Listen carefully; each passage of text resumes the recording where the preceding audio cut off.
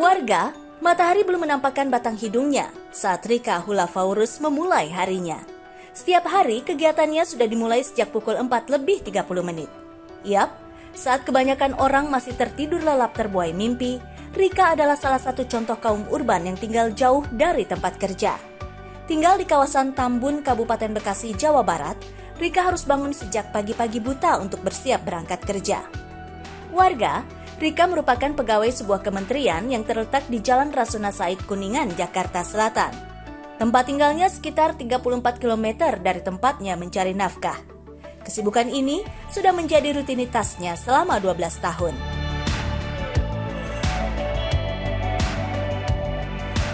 Setelah melakukan kewajibannya sebagai seorang muslimah, Rika masih harus menyiapkan seragam sekolah, sarapan, dan bekal makanan untuk 3 anaknya warga. Biasanya Rika membuat makanan yang sederhana untuk mempersingkat waktu. Saat jam dinding menunjukkan pukul 5:30, Rika harus membangunkan anaknya dengan teriakan khasnya warga. Ridwan! Dan! Bangun, Dan! Saat semuanya sudah siap, Rika baru bisa bersalin pakaian kerja. Pada pukul 6 pagi, kedua anaknya sudah harus berangkat sekolah.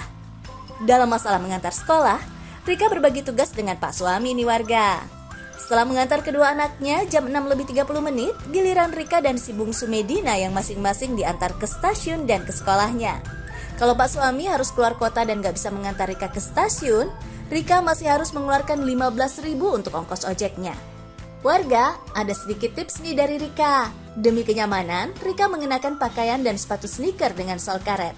Sepatu hak tinggi dibungkusnya dan baru digunakan saat Rika sudah sampai di kantor. 15 menit berselang, sampailah Rika ke stasiun yang berjarak lebih dari 5 km dari rumahnya. Perempuan berusia 34 tahun ini memilih KRL karena relatif murah jika dibandingkan dengan transportasi publik lain. Cuma Rp3.000 aja warga. Tepat pukul 6:50, kereta menuju Jakarta tiba. Sudah pasti Rika nggak akan kebagian tempat duduk. Jadi Rika nggak bisa mencuri-curi waktu untuk memuaskan rasa ngantuknya. Selama di kereta, Rika harus berdiri sepanjang 11 stasiun yang harus dilalui. Jarak sejauh ini biasanya ditempuh selama 40 menit warga. Mengikuti aturan dari PT Kereta Komuter Indonesia, penumpang dilarang untuk berbicara di dalam kereta. Bukan hanya ngobrol sesama penumpang, melalui sambungan telepon juga nggak boleh warga. Nggak heran jika suasana gerbong hening banget. Yang ada hanya bunyi roda besi kereta yang bergesekan dengan bantalan rel. Pukul 7:30, Rika sampai di stasiun tujuannya, Stasiun Manggarai. Untuk menghemat, perempuan kelahiran Blitar ini memilih moda transportasi Transjakarta untuk mencapai kantornya yang masih berjarak hampir sekitar 6 km ini. Dengan transportasi publik ini, Rika hanya perlu mengeluarkan Rp3.500 aja. Jika dibandingkan menggunakan ojek online, harganya terpaut 6 kali lipat, yaitu Rp22.500.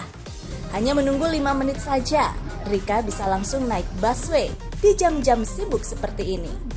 Udah nggak ada lagi harapan bisa dapat tempat duduk. Bisa keangkut dan masuk ke dalam busnya saja, udah bersyukur banget warga. Untuk menuju halte Kuningan Madya yang dekat dengan kantornya, perjalanan ditempuh kurang lebih 20 menit warga. Meskipun terkesan melelahkan, Rika berhasil menghemat pengeluaran untuk transportasi yang sebulannya hanya mengeluarkan Rp260.000 saja. Warga, fenomena kaum urban yang bekerja di kota besar merupakan hal yang biasa terjadi di negara manapun. Rika hanyalah contoh kecil dari banyaknya kaum urban dari kota penyangga lainnya, dari stasiun Tambun dan masih harus transit di stasiun Manggarai, baru ke arah Rasuna Said yang harus ditempuh kurang lebih 1,5 jam. Kalau secara hitungan kilometer gitu ya, jarak jauh. Kalau dari rumah ke kantor tuh 34 kilo. Cuman karena sudah biasa, jadi ya deket-deket aja sih. Warga, fenomena kaum urban yang bekerja di kota besar merupakan hal yang biasa terjadi di negara manapun.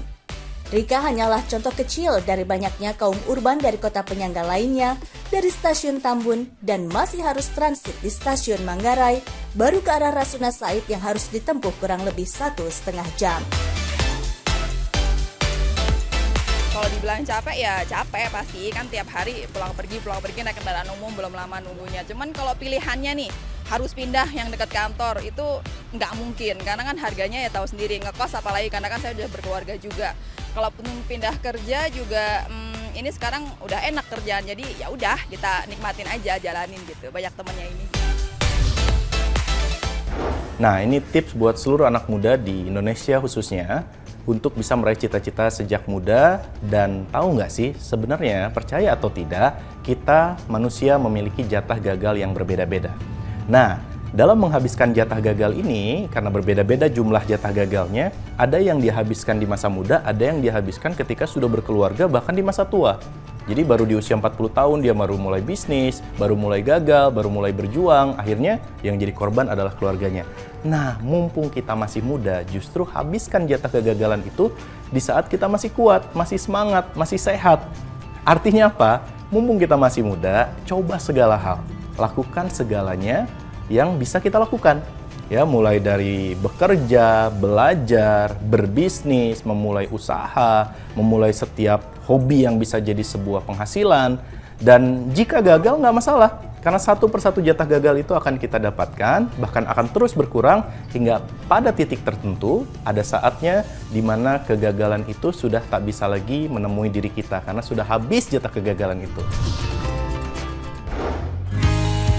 Warga, emang sih ya, kalau pakai moda transportasi umum di jam-jam sibuk, nggak hanya tidak kebagian tempat duduk ya, kita juga harus siap-siap terhimpit-himpit penumpang lain di dalam gerbong.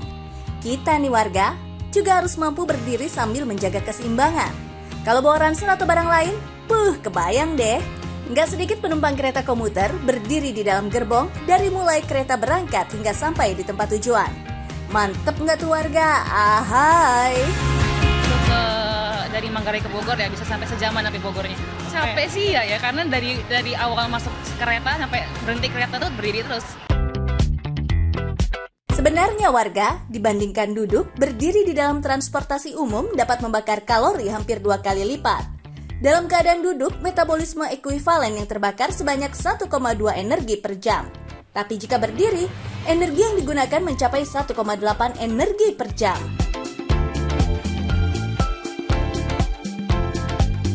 Duduk saja dengan berdiri ya tentu saja tadi ada perbedaannya tuh hampir 2 kali lipatnya gitu ya kalori yang terbakar gitu. Jadi buat mereka yang pengen nurunin berat badan atau pengen memperbanyak kalori expenditure-nya, pengen memperbanyak kalori yang terbakar ya pilihannya itu sambil berdiri. Namun ada beberapa hal yang harus diperhatiin jika harus berdiri dalam rentang waktu yang lama nih warga. Supaya nggak cedera, jangan lupa latihan peregangan otot-otot kaki ya.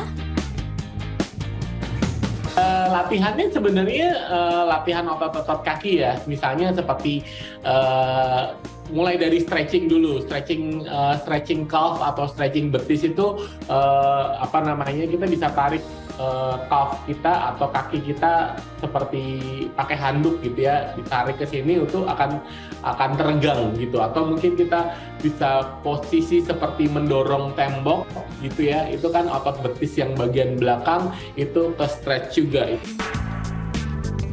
Sebenarnya warga, jumlah kalori yang terbakar saat duduk ataupun berdiri di transportasi umum dipengaruhi beberapa faktor. Di antaranya termasuk jenis kelamin, berat badan, dan usia. Tapi beneran deh, nggak usah terlalu dipikirin. Yang jelas, bertransportasi dengan kendaraan umum bisa membuat badan kita terlatih dan sehat.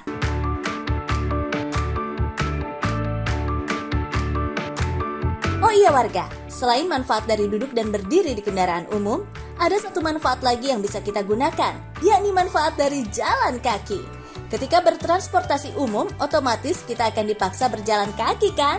Ya, minimal dari halte ke halte atau dari terminal ke terminal. Berjalan kaki punya banyak manfaat bagi tubuh warga. Mulai dari meningkatkan kinerja jantung dan paru-paru, meningkatkan metabolisme tubuh, mengurangi stres, hingga menurunkan kolesterol dalam darah. Dan jangan ketinggalan yang satu ini nih, bisa memperlambat penuaan. Wait, siapa yang gak tergiur sama manfaat-manfaat ini? Ya enggak warga? Bahkan nih, Menurut Kementerian Kesehatan, jalan kaki setiap menitnya bisa memperpanjang usia harapan hidup 1 hingga 2 menit. Menurut peneliti dari University of Massachusetts Amherst, orang yang berjalan kaki 6 hingga 8.000 langkah per hari sudah cukup mengurangi resiko kematian dini. Rata-rata kalori yang terbakar saat berjalan per 1.000 langkah adalah sekitar 30 hingga 40 kalori. Jadi, bisa dihitung sendiri tuh bagi yang pengen mengurangi berat badan dan membakar kalori. Sesuaikan saja dengan jumlah patokan langkah tadi. Eits, tapi ingat ya, jangan keasikan ngitung langkah tapi nggak ngeliat ke depan jalannya. Bisa nabrak tuh warga.